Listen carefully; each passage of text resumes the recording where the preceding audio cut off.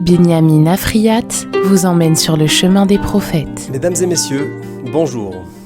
Je vous souhaite la bienvenue dans notre émission hebdomadaire qui s'intitule, comme vous le savez, Sur le chemin des prophètes. Alors, dans cette émission, ainsi que son nom l'indique, nous réfléchissons à un prophète, chaque semaine un autre, puisque c'est en fonction de la Haftara, donc ce texte qui est tiré justement des prophètes que nous lisons chaque semaine après la lecture du Sefer Torah, que nous avons donc un nouvel enjeu, je dirais. Alors en même temps, cette semaine, le prophète que nous allons aborder, le texte en tout cas, provient du même que celui que nous avons lu la semaine dernière. Nous avons lu Shabbat dernier un texte qui était tiré d'Ézéchiel, du prophète Yechezkel, et c'est à nouveau de Yechezkel dont il s'agit, mais à un autre passage. Mais avant de poursuivre, je tiens d'abord à vous remercier, mes chers auditeurs, pour l'écoute que vous avez, en espérant que vous en retirez quelque chose. Et puis, comme je le dis à chaque fois, si vous avez des suggestions, des questions, eh bien, allez sur le site de radiojm.fr pour d'abord indiquer que ça vous a plu, c'est utile pour l'algorithme, mais c'est également un endroit où vous pouvez mettre vos appréciations et vous pouvez bien sûr réécouter l'émission une fois passée, ainsi que celles qui sont déjà passées. Je tiens à remercier très chaleureusement notre cher standardiste Noah, qui, avec le sourire, produit un travail très efficace et elle permet donc ainsi à ce que la voix des chroniqueurs vous parvienne. Merci Noah. Donc Yechezkel, Ézéchiel, à nouveau, c'est de lui dont il s'agit. Alors, je reprends mes petites notes. Un petit rappel, survol, je dirais plutôt, historique de ce qu'a été Yechezkel. Donc c'est un prophète qui a vécu au VIe siècle avant l'ère chrétienne. Il était Kohen, Yechezkel ben Bouzi ha-Kohen, Yechezkel, fils de Bouzi, le prêtre. Et ça n'est pas par hasard que je souligne cette semaine le fait qu'il était Kohen. Je ne l'ai pas mentionné la semaine dernière, mais nous verrons tout cela dans quelques instants. D'après un commentaire, le Radak Rabbi David Kimri, et le père de Yechezkel n'est autre que le prophète Jérémie. Vous pourrez retrouver ce commentaire à Ézéchiel, chapitre 1, verset 3, dans ce commentaire. Donc le prophète Ézéchiel a été déporté en 597 à Babylone, sous le règne du roi Yehoiachin, et avec lui, qui lui aussi a été déporté, amené là-bas. Et ce qui est particulier, c'est que nous sommes dans la période qui précède la destruction du Beth Amikdash, du temple. Une des particularités d'Ézéchiel, c'est aussi celle que qui dit que c'est un prophète qui prophétise pour la diaspora. En effet, lorsque l'on lit le premier verset du prophète Ézéchiel, il dit « Va'ani betor hagola » et je me trouve donc en exil. Donc c'est un prophète qui vient porter des paroles pour les Juifs qui sont déjà exilés, alors qu'une partie de la population juive est encore en terre d'Israël, donc autour du Beth Amikdash, du temple qui est encore là. Et d'ailleurs, se pose déjà la question de savoir comment les choses vont évoluer. Bien entendu, ceux qui sont encore en Israël, bien que l'exil de Babylone se fait sentir, ils espèrent que les choses vont s'inverser et que finalement ça n'allait pas se produire. Mais donc Ézéchiel qui parle aux personnes qui sont en dehors d'Israël, et bien d'une certaine manière leur donne aussi un petit peu espoir. En tout cas, cet espoir, nous le retrouvons dans le livre d'Ézéchiel vers la fin plutôt. Parce qu'au début, nous dit le texte du Talmud à propos de ce prophète, eh bien, les paroles d'Ézéchiel sont des paroles dures, des paroles de reproche, et c'est par la suite que ses propos s'adoucissent. Il faut aussi préciser un petit point à propos du fait qu'Ézéchiel était en dehors d'Israël. Je cite ici ce que Rashi rapporte toujours donc au début de ce livre. En hashrina shora al navi bechutz laaretz. La Shekhinah, la présence divine, ne peut se poser sur un prophète qui se trouve en dehors d'Israël. Il faut donc que la prophétie se passe en Israël. Donc, Rashi explique que cela a été possible pour Ézéchiel d'avoir malgré tout une prophétie en dehors d'Israël, parce qu'il avait d'abord commencé à prophétiser en Israël, donc ça lui a permis de poursuivre même en dehors d'Israël. Je précise tout cela, et je fais ici comme un aparté, pour montrer combien tout le long de l'histoire, le peuple juif est totalement attaché à sa terre. Il n'est pas juste attaché à sa terre émotionnellement, il est attaché à cette terre historiquement, et c'est la raison pour laquelle il convient de le mentionner, et dans les événements que nous sommes en train de vivre, dans lesquels, et j'appelle de tout mon cœur, de toute mon âme, le retour de nos otages à la maison, et également qu'Hachem protège tous les soldats qui agissent de manière tellement valeureuse et glorieuse qu'ils puissent eux aussi retrouver les leurs. Et c'est de cette manière que aussi nous avons la capacité de résilience pour avancer, et parce que nous y croyons fort.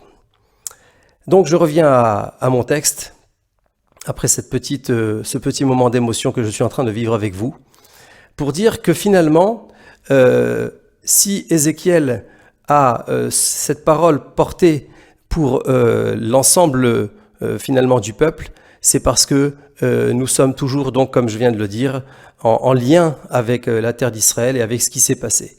Les prophéties en général ne sont pas des textes qui sont désuets, mais il y a une actualité comme nous allons encore le voir. Alors les passages les plus connus des prophéties de Yéhézkel, ce sont bien sûr le début de son ouvrage, de son livre, Marot Elohim, c'est-à-dire ces visions divines qui sont celles de la Merkava, du char céleste. Ce sont les sujets les plus profonds présents dans la Torah, qui ne peuvent d'ailleurs s'étudier que avec des maîtres et des élèves initiés à la question. Il y a aussi un autre passage qui mérite d'être rapporté à ce niveau, c'est celui des Hatzamot Hayeveshot, les ossements desséchés, que nous lisons, une haftara que nous lisons à Pessah, qui est au chapitre 37 d'Ézéchiel. Nous en parlerons, si Dieu veut, à l'occasion. Donc notre haftara, qui se situe là maintenant au chapitre 44, à partir du verset 15 jusqu'au verset 31, c'est-à-dire la fin du chapitre, contient aussi certains versets qui interpellent et sur lesquels nous reviendrons dans quelques minutes. Mais avant cela, comme vous le savez, un petit détour par la paracha. Pourquoi ce détour ? Parce que la haftara est toujours liée à la haftara, à la paracha. Et donc, pour cette raison, il est utile de savoir de quoi parle-t-elle. Alors, notre paracha Émor, qui se trouve, elle, dans le Lévitique, le livre de Vaïkra. Donc, je vous donne la référence de la totalité de la paracha. C'est au chapitre 21, verset 1, jusqu'au chapitre 24, verset 23. Cette paracha, elle est qualifiée très souvent par Parashat HaKohanim, la paracha des Kohanim, des prêtres.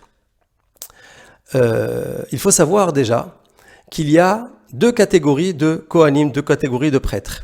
Vous avez le Kohen Gadol, le grand prêtre, et vous avez les petits Kohanim, si on peut les appeler ainsi, les adjoints, c'est Kohen Hediot, donc c'est-à-dire les Kohanim communs, plus communs, qui se démarquent, enfin desquels se démarque le Kohen Gadol, le grand prêtre. Qu'est-ce qui est dit à propos des Kohanim donc dans notre paracha ? Il y est dit par exemple plusieurs choses. Il y est dit par exemple que ils n'ont pas le droit, un Kohen, n'importe quel Kohen, ne peut épouser de femmes divorcées.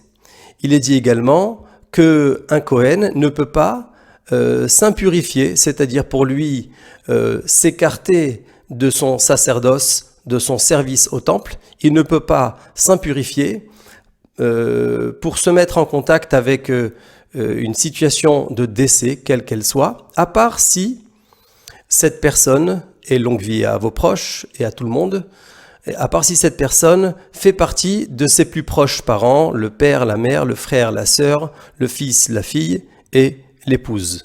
À part pour cela, le Kohen n'a pas le droit de s'impurifier. Et aujourd'hui encore, lorsque l'on voit dans certaines situations où, malheureusement, nous devons accompagner quelqu'un au cimetière, il y a des personnes qui restent à l'entrée du cimetière, ce sont les Kohanim qui respectent cette halakha. Et c'est écrit dans notre paracha cette semaine. D'autres choses sont encore dites à propos des Kohanim. Kohanim, donc le pluriel de Kohen. Un Kohen doit ne pas avoir de défauts physiques, et la Torah énumère lesquels, pour pouvoir être au service dans le temple. Il a aussi un devoir de regard sur les animaux qui sont apportés, puisque les korbanot, les sacrifices, qui est l'activité principale des Kohanim, doivent eux aussi ne pas avoir de moumim, de défauts. Et un Kohen, parmi l'ensemble des expertises qu'il doit passer, il y a celle où il est en mesure d'observer et de décréter si un moum, si un défaut est un problème ou ne l'est pas, si c'est un problème permanent ou bien c'est un problème passager. Voilà, il y a encore d'autres choses qui sont dites dans la paracha, mais comme j'aime à le dire, pour s'imprégner d'une paracha et pour la vivre pleinement, de manière à ce que quand Shabbat arrive, nous soyons avec des idées qui fourmillent dans l'esprit, il faut prendre quelques minutes simplement pour lire cette paracha. Donc c'est la raison pour laquelle je rappelle à nouveau la référence, Lévitique 21.1 jusqu'à Lévitique 21.23. Maintenant, il y a une question qui se pose. La question, c'est la suivante. Pourquoi les Kohanim sont-ils différents? Parce que nous parlons ici d'eux. Alors il faut savoir déjà, je le dis tout de suite, je n'ai parlé et je n'aborde maintenant que la première grande partie de la paracha, en sachant que la deuxième concerne principalement les différentes fêtes. Donc toutes nos fêtes se trouvent inscrites dans la paracha de Hémor. Je reviens à la question. Pourquoi les Kohanim sont-ils différents? En quoi ils se démarquent? Alors il faut savoir, d'ailleurs le texte le dit, Kedoshim yihiyu lelohehem, ils seront, alors on peut traduire saints ou consacrés à leur Dieu. J'aime à dire, parce que le mot Kadosh, il a d'abord une traduction qui consiste à dire qu'ils sont distingués, qu'ils sont réservés à. Donc les Kohanim sont des personnes qui sont réservées à leur Dieu, ils sont réservés au service. Pour cette même raison d'ailleurs, parce que justement ils sont concernés par le service, les Kohanim ne recevaient pas de partage de la terre d'Israël lorsque celle-ci a eu lieu avec Josué. Les Kohanim n'ont pas reçu de parcelle dans le territoire d'Israël. Pour quelle raison? Parce qu'en fait finalement leur parcelle est-elle spirituelle, à savoir le service dans le temple. Mais en parallèle à cela, et c'est aussi ce dont parle notre paracha, et notre Haftara également, vous allez le voir, les Kohanim, reçoivent de la part de tout un chacun, du commun des gens, reçoivent toutes sortes de cadeaux. Citons simplement le plus connu, la terouma, c'est-à-dire ce petit pourcentage que devait donner chaque juif sur sa récolte au Kohanim. Voilà, la fameuse challah que nous donnons aussi, nous appelons notre pain de Shabbat la challah, parce que finalement, de ce pain-là, nous retirons une petite boule de pâte que nous sommes censés encore remettre au Kohanim, mais parce que nous sommes tous considérés comme étant impurs pour avoir un jour été en contact avec un mort, les Kohanim inclus, nous ne pouvons pas consommer cette challah. Mais lorsque les choses se seront rétablies, on ira porter aux Kohanim, les différents cadeaux qui leur échoient par rapport au fait qu'ils sont justement consacrés à Akadosh Baruch Hu, à Hachem, dans leur service. Donc finalement, ce qui les démarque, les Kohanim, c'est et en quoi ils sont donc kedoshim, ils sont donc consacrés ou ils sont donc réservés, c'est le fait qu'ils ont justement ce service qui anime leur quotidien et qui donne du sens finalement à leur vie. Alors, je voudrais citer ici ce qu'explique le Sifra. C'est un texte donc tiré de l'époque de la Gemara, même encore avant, qui dit la chose suivante. Je vais le dire directement et en français. Il dit ceci. Alors là, ce texte-là ne traite pas nécessairement de la sainteté des Kohanim, mais de la sainteté en général, de la Kedusha. Et alors il est dit ainsi, si nous faisons en sorte de nous sanctifier, de nous démarquer, alors, répond Dieu, je vais considérer comme si vous m'avez sanctifié. Et si vous ne vous sanctifiez pas vous-même, c'est-à-dire si vous ne prenez pas le chemin qui vous mène à réfléchir avec plus d'intelligence à vos vies et vous vous laissez vivre d'une certaine manière, eh bien, je considère comme si vous ne m'avez pas sanctifié. Donc, d'une certaine façon, et c'est ce qui est écrit ici dans le Sifra, nous avons une énorme responsabilité, finalement, dans notre rapport avec Hachem, puisque c'est en fonction de nous, notre façon d'agir, que lui va répondre selon si on va se distinguer pour lui ou pas. Le texte continue ceci par ces mots en disant, dans ce cas, est-ce que ça voudrait dire que si on ne va pas opérer la Kedusha de notre côté, la sainteté, ça voudrait dire que Dieu ne le serait pas? La question est posée par le Sifra et il répond non, Ki Kadosh Ani. Donc au début de la paracha de Kedoshim, sache que dans tous les cas, je suis Kadosh, je suis réservé, je suis distingué. Bikdushati Ani, je suis dans ma sainteté, dit Dieu. Ben Mekachin ou Ben Enan Mekachin, que ce soit que l'on sanctifie, que l'on agisse pour cette sanctification, ou bien non, d'une manière ou d'une autre, eh bien, je dirais, la distinction de Dieu, elle est maintenue. Donc finalement, qu'est-ce que ça nous amène à réfléchir lorsque l'on lit cela? Eh bien, à quelque chose d'essentiel lorsque nous parlons de la Kedusha, finalement, et c'est que nous sommes, les Béné Israël, les enfants d'Israël, avons le devoir dans notre vie, dans notre quotidien, en étant nous-mêmes et en phase avec ce que la Torah nous enjoint de faire, chacun au niveau qui est le sien, eh bien nous sommes en mesure finalement de quelque part faire vivre Dieu, c'est-à-dire permettre à ce que le message divin soit répandu, soit connu. Je précise bien, ça ne veut pas dire que ce n'est que grâce à nous que cela est fait, mais c'est grâce à la façon dont nous allons vivre la chose que finalement ce message divin va être répandu. Il est présent dans tous les cas, il est existant et il se passe de nous dans tous les cas. Mais pour que le message soit répandu et soit porté, eh bien c'est notre façon de le vivre qui va le faire. Et donc c'est important de rappeler cela d'abord par rapport à la responsabilité qui nous incombe, mais également parce que, comme nous venons ici de mentionner les Kohanim et leur spécificité, il fallait aussi comprendre les Kohanim sont quelque part un peuple à l'intérieur du peuple, puisqu'ils ont aussi quelque chose de supérieur, sans que ça soit quoi que ce soit qui les mène à se sentir plus grands ou hautains vis-à-vis des autres, mais en tout cas, il y a quelque chose en eux auprès des Kohanim, et personnellement, j'ai un respect particulier pour tous les Kohanim, quels qu'ils soient. Un enfant Kohen, c'est un enfant qui, à l'époque du temple, eh bien, il a la possibilité de sacrifier un korban, de faire un sacrifice, et on a besoin, nous, de lui, pour pouvoir, eh bien, nous amener à nous rapprocher de Dieu. Alors maintenant, il est vrai que j'ai beaucoup parlé de la paracha. Je voudrais quand même, quelques instants encore, parler maintenant de la Haftara à proprement parler. Et je vais donc dire ceci, un petit survol assez rapide. Le texte dit donc, au verset 15 du chapitre 44 d'Ézéchiel, « Vea Kohanim aleviim bene Tzadok » et les Kohanim, les prêtres, lévites, fils de Tzadok, qui ont observé l'observance de mes sacrifices, alors que le peuple d'Israël était en train de se tromper, eux seront ceux qui seront en mesure de me servir et ils vont pouvoir se tenir devant moi pour approcher les différentes parties de la bête qui méritent d'être approchées.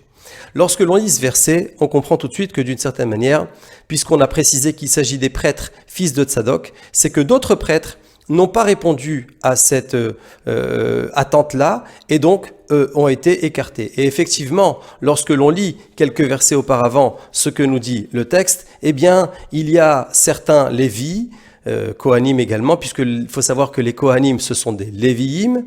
Je m'étendrai là-dessus à un autre moment, mais je sais que l'heure tourne. Eh bien, il se trouve que donc ces Lévis ont aussi agi de manière à écarter le peuple juif et les ont amenés à se tourner vers les idoles, comme à l'époque, malheureusement, c'était répandu dans tous les livres des prophètes.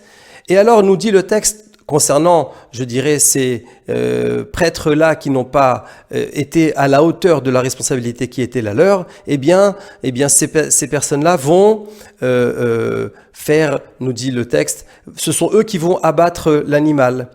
Maintenant, vous allez me dire, dans ce cas, eh bien, ils ont gardé leur fonction. Non, il faut savoir que parmi l'ensemble des actions qui sont à mener lorsque l'on fait un sacrifice, la shechita, l'abattage, est une action qui peut être faite par tout un chacun.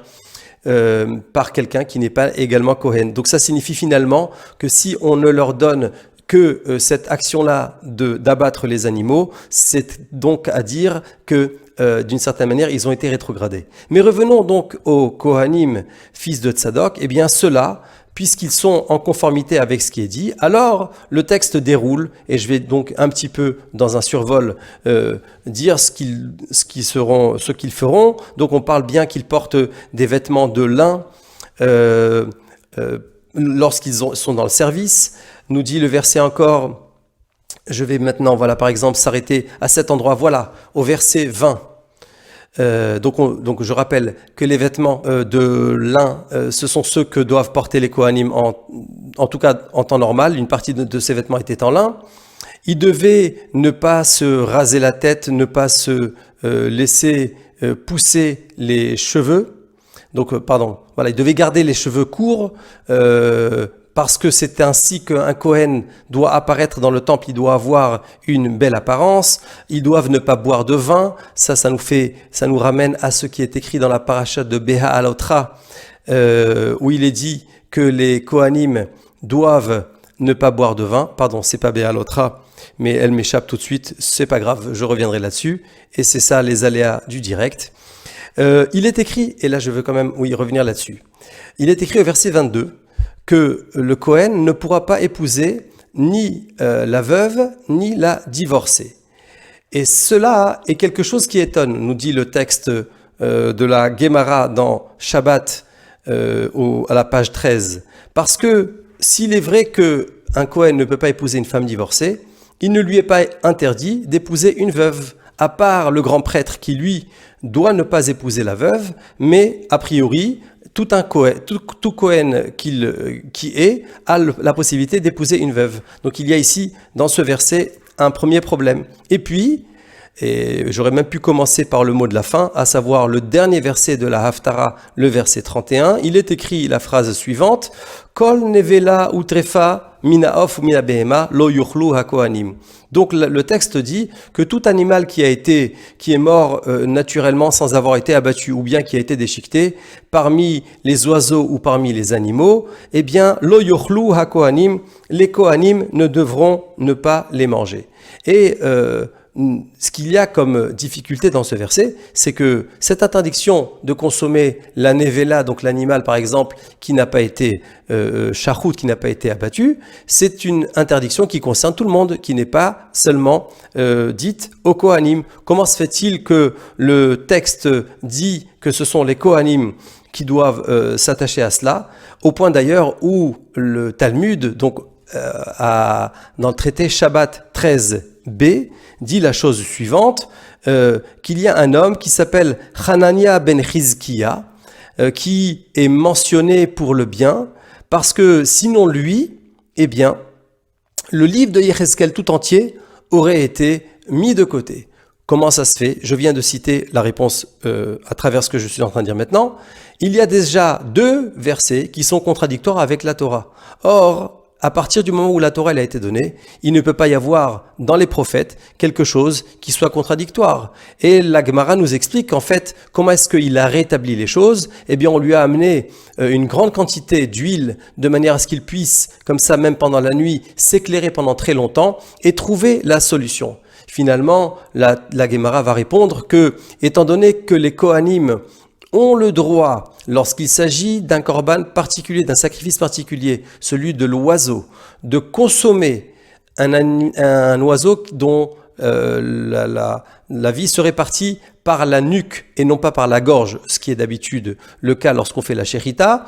et ça s'appelle la Melika, et c'est fait avec l'ongle du Kohen, eh bien, lorsque c'est un sacrifice, c'est ainsi que ça doit se faire, mais si ça devait se faire en dehors, eh bien, d'une certaine manière, ça serait une Nevela. Donc, on aurait pu penser, nous dit ce sage, que peut-être, à partir du moment où les Kohanim auraient pensé qu'ils peuvent manger de cet oiseau qui a été abattu dans le cadre du sacrifice, de cette manière, eh bien, ils pourraient aussi le faire en dehors de ce contexte. C'est pourquoi nous dit le prophète Ézéchiel, non, ils ne pourront pas en manger, et c'est pourquoi on l'a précisé.